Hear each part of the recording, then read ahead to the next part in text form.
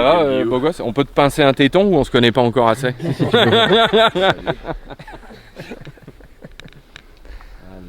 T'aimes les pectoraux qui bougent de manière unilatérale?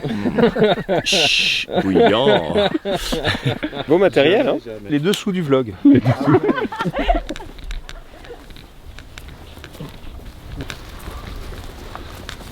Oh, c'est beau. Oh, oh, Oh, excuse-moi dans la peau. Il y a Charles, Laura.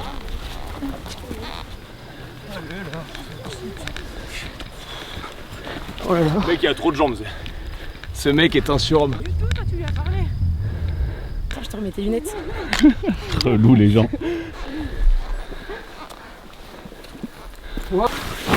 Ok. Voilà, là c'est beau. Et on tape zone basse à 80 mètres avec d'autres corrections. A reçu, chef. Eh ben, heureusement que t'as enlevé ton sac. Ouais. Ok.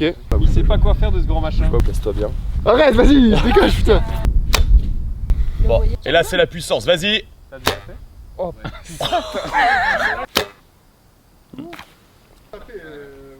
Et là, ce qui paraît, tu connais l'âge du bois, si tu comptes le nombre de petits traits. Ouais, mais c'est sur le tronc, femelle. Je vais scier au bout et on va voir s'il y a le même nombre de traits. Ça va aller très vite, c'est ça? Ça va être très vite, attention. C'est une ado, elle a 18 ans. Poupée, c'est pas moi. J'étais en train de mettre putain de... Ouf. Ah t'es en tente là? Ah, elle est pas wok. Changez rien, on est bien. Parce que nous on va prendre ta tente.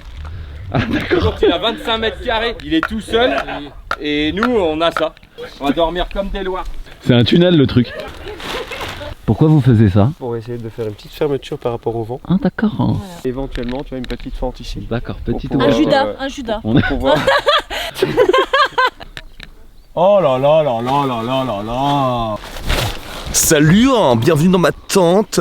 Là c'est mon coin cuisine, là il y a le coin salon, il y a là, le futur coin canapé et il y a là, le bésodrome. Ce soir avec Yannick et Orlan on fait des galipettes de ouf. J'ai vraiment trop hâte de cette soirée autour du feu parce que je t'explique, je suis parti sans ma veste. Ouais, je suis complètement la rage, je sais, en ce moment c'est vraiment dur ma vie. Donc j'ai même pas de veste en fait, tu vois. Donc c'est génial. En fait on a convenu qu'on allait se mettre ensemble dans la tente et qu'ils allaient trop me réchauffer. Je pense peut-être qu'il y en a un des deux qui va me la mettre. Il croit trop que je m'y attends pas alors que j'attends que ça. J'adore. Allez, je te raconte tout à l'heure.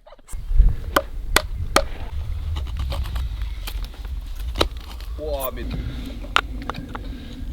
La pierre à feu. Au chef, c'est l'honneur de la famille, hein. L'honneur de la famille, là. Des mails avec des vidéos montées, tu vois. Ah, je pêcherai. Je récupère mon centre pour être sûr. Il va falloir que on pourra le travailler des deux côtés. Il va falloir que je le fasse passer sur mon épaule. Ici, les deux brins. Que je le récupère entre mes jambes. Et que je repasse ma jambe comme ceci. Donc là, pourquoi S? Parce que vous voyez que ça fait un S en réalité.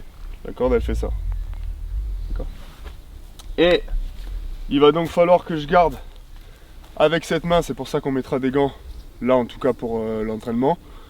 Il va falloir que je garde cette main ici pour être sûr que la corde elle parte pas de mon épaule. Et cette main ici, ça va être ma sécurité. Au plus je vais ouvrir, au plus la corde va coulisser, je vais pouvoir descendre. Et au plus je vais fermer.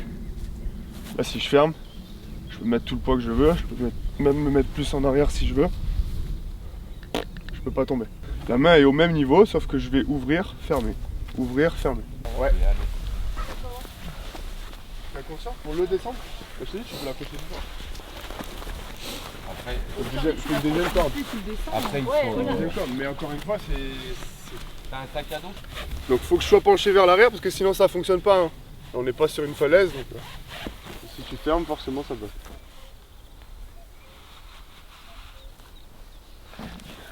Il n'y a aucun risque si vous tenez correctement votre corde. Là, dans le vide. Ouais. Pour moi, la meilleure manière de conditionner un garrot, si tu fais comme moi je te dis, il prend la même taille, il a la même gueule, mais par contre les scratchs ils sont pas l'un sur l'autre. Donc je sors de mon truc, et là, je peux y aller direct. Vous voyez ce que je veux dire? La base, c'est quand même d'avoir cette section repliée. Je Je vais vous montrer comment on l'a fait, comment on la calcule. Et la base, c'est d'avoir ce petit repli. Pourquoi? Parce que facile à saisir. Autre base du conditionnement, ça. Parce que comme je suis censé me le mettre en moins de 20 secondes, à une main, il faut que ce petit pitchou, il soit pas au milieu. Premièrement, j'en ai besoin à deux. Il va me faire chier à deux endroits ce truc. Premièrement, il va me faire chier au début. C'est une fois que j'ai fini de mettre mon garrot, il est là. Je vais pas pouvoir mettre ma tirette. Il va falloir que je lâche ma tirette sur laquelle j'ai mis de la pression, que je l'enlève pour remettre ma tirette pour le remettre. Donc double manip qui sert à rien. Le deuxième truc, c'est qu'une fois que j'ai fini, s'il est juste au bord, que j'ai mis ma tirette, mon tourniquet, et que là je galère à l'attraper, ça va aussi me faire chier. Donc je prends toujours l'habitude de le faire légèrement dépasser pour que quand je passe le doigt, même la nuit, même si j'y vois pas, je sache où il est et je puisse le remettre. Et en faisant ça, bah là je suis pas trop mal. Et j'ai mon garrot qui est prêt. Mon garrot il est là. J'ai 20 secondes pour le foutre sur mon bras. Si je veux vraiment aller super vite et que je fais pas gaffe, je vais me le mettre dans le mauvais sens. Je vais tirer. Et là en vrai dans ce sens là, c'est n'importe quoi, je suis hyper emmerdé. D'accord? Je reprends. C'est un drill qu'il faut avoir. Je vous conseille vraiment le drill. Il faut que ça soit vers l'intérieur. Ça vous a pris 2 secondes. Et là c'est réglé par contre. Parce que vous allez faire ça. Là, en plus j'ai un scratch qui m'emmerde sur mon épaule. Là je vais faire ça. Je vais le refaire une fois. Là vous pouvez compter. En vrai, en le faisant complètement à l'arrache et en vous parlant, là je dois être à 13 ou 14 secondes. Tu peux, en vrai, chercher, tu as raison, Yannick, à venir là et là, mais c'est pas du tout prioritaire. C'est parce que moi j'étais vraiment le spécialiste de 3, 2, 1. Ah putain, je l'ai mis dans le mauvais sens. Allez, 8 secondes de perdu. Si vous pouvez effectuer un point de pression sur une victime avant de lui appliquer le garrot, il faut le faire.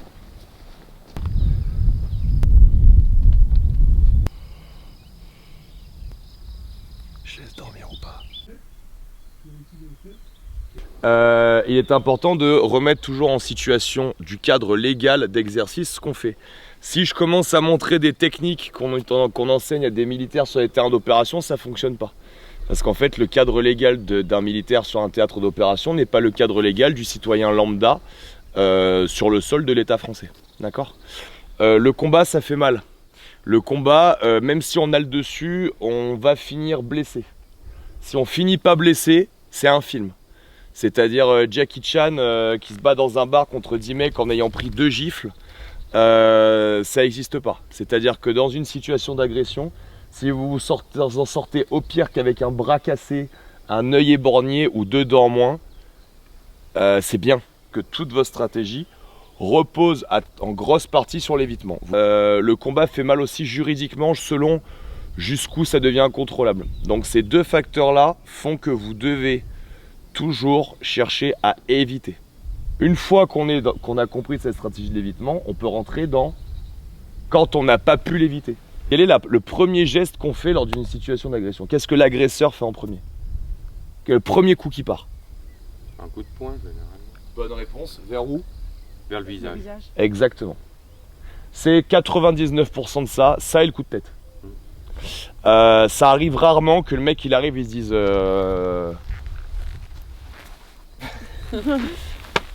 c'est bonjour monsieur, qu'est-ce que t'as? Bam!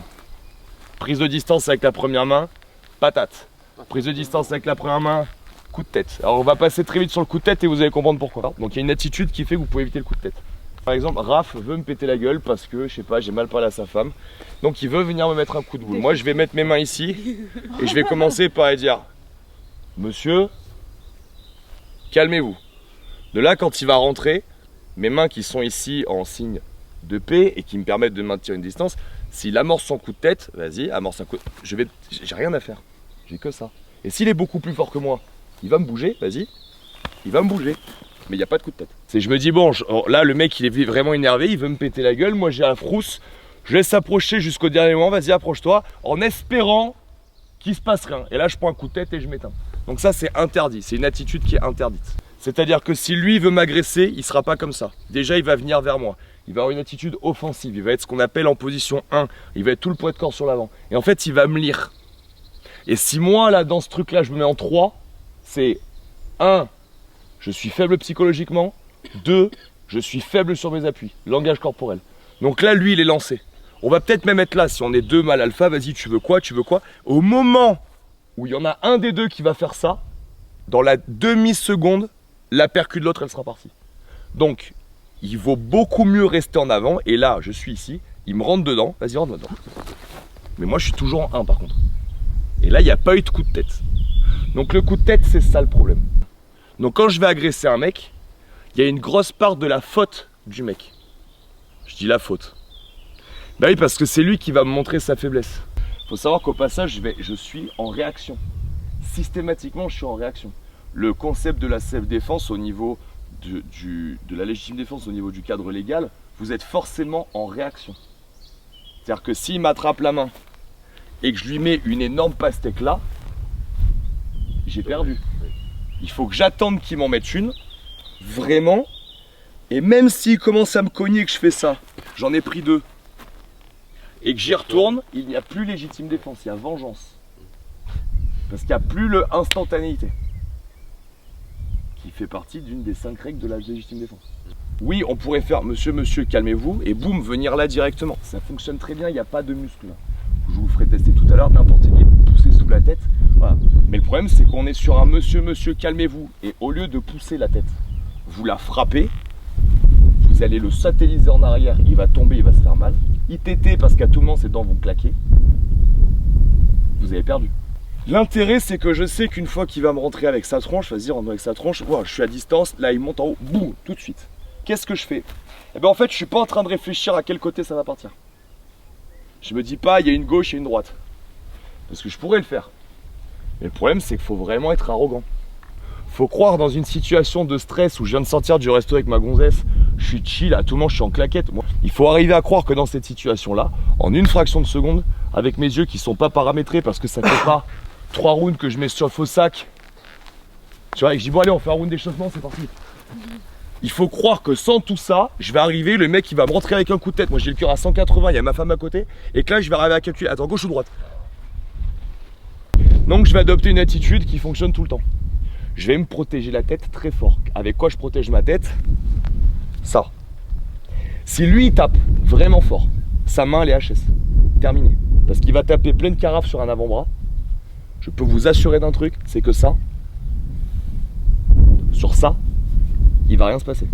Donc quand je vais vous en mettre une lourde, et que vous allez vous en mettre une lourde, et que vous allez parfaitement la bloquer, parce que je suis désolé de vous dire, faut pas un bac plus 2 pour comprendre ce que je viens d'expliquer. Si vous allez faire comme ça, vous allez avoir la tête qui va être sonnée, au bout de 2 secondes vous serez revenu, et le seul dégât que vous avez, il est émotionnel. On refait la phase, il rentre, monsieur, calmez-vous, boum, il frappe, boum. Vous avez vu ce qui s'est passé? S'il rentre vraiment, il prend ça là. Ça c'est pas cool.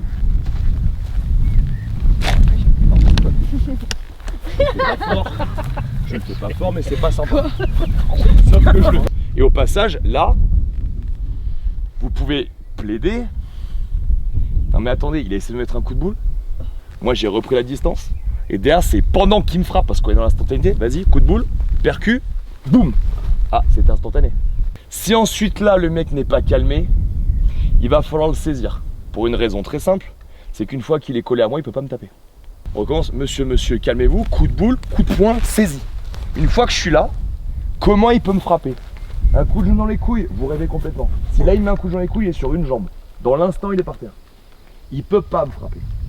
Il peut pas me frapper parce que je l'ai collé et que ma tête elle est collée. Je reste pas au sol parce qu'il y a peut-être lui, il y en a peut-être d'autres. On reste sur cette base. Et John Travolta l'a fait le samedi soir. Sauf que vous le faites d'un côté, quand vous boxez, que c'est sport de combat, vous voyez le coup arriver. Dans cette situation-là, c'est pas un côté, c'est les deux. Exactement. Voilà, c'est bien. Encore. Non, il faut pas ouvrir. Reste collé. Gaine bien. Très bien. À toi. Nickel. Ouais. Donc là, carte IGN, je sais pas si déjà au sens large, vous savez comment ça fonctionne la topo. Il faut savoir que le globe, il est séparé en parallèle et en bande. Donc en gros, vous prenez le globe comme une orange. Il y a des quartiers qui sont découpés dans un sens et des parallèles qui sont dans l'autre, ou des parallèles, on dit bandes parallèles. Et ça découpe votre globe comme ça. La France, elle se situe dans 30, 31, 32 et dans U et T. Quoi qu'il en soit, vos coordonnées vont commencer par 30, 31 ou 32 et U et T pour déterminer dans quel parallèle. Ensuite, vous allez avoir le carré, ce qu'on appelle le carré de 100 km. Là, c'est pareil, c'est en lettres. Il y en a plein. Entre une courbe rouge et une autre, il va y avoir 5 à 10 mètres. Selon les cartes, c'est indiqué. Vous le lisez sur le Teco, là, vous avez la légende là. Donc là, quelque part ici, c'est écrit 5 ou 10 mètres. Et entre chaque ligne chaque ligne rouge, il y a 5 ou 10 mètres. Ça témoigne d'un dénivelé important. Okay. Donc forcément, après, il faut voir dans quel sens vous lisez le dénivelé.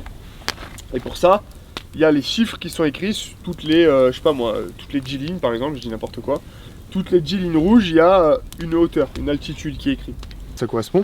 Ben, on prendra toujours la ligne haute et la ligne de gauche. Donc par exemple, si là je veux les coordonnées de la mêle, ben, ce sera la ligne haute, la ligne au-dessus de la mêle qui va correspondre, et la ligne à gauche de la mêle. Ok? Donc vous avez vu, je vous ai dit Oui, 32T, ouais. ça c'est le fuseau et la bande, 32T, et ensuite là vous avez des coordonnées, c'est les coordonnées qu'on appelle les coordonnées métriques. Métrique c'est seulement la précision, ça pourrait être des coordonnées hectométriques, etc. Ça dépend de la précision de ma carte. Là en l'occurrence ma précision elle est à 250 mètres près, donc je sais que c'est des coordonnées métriques.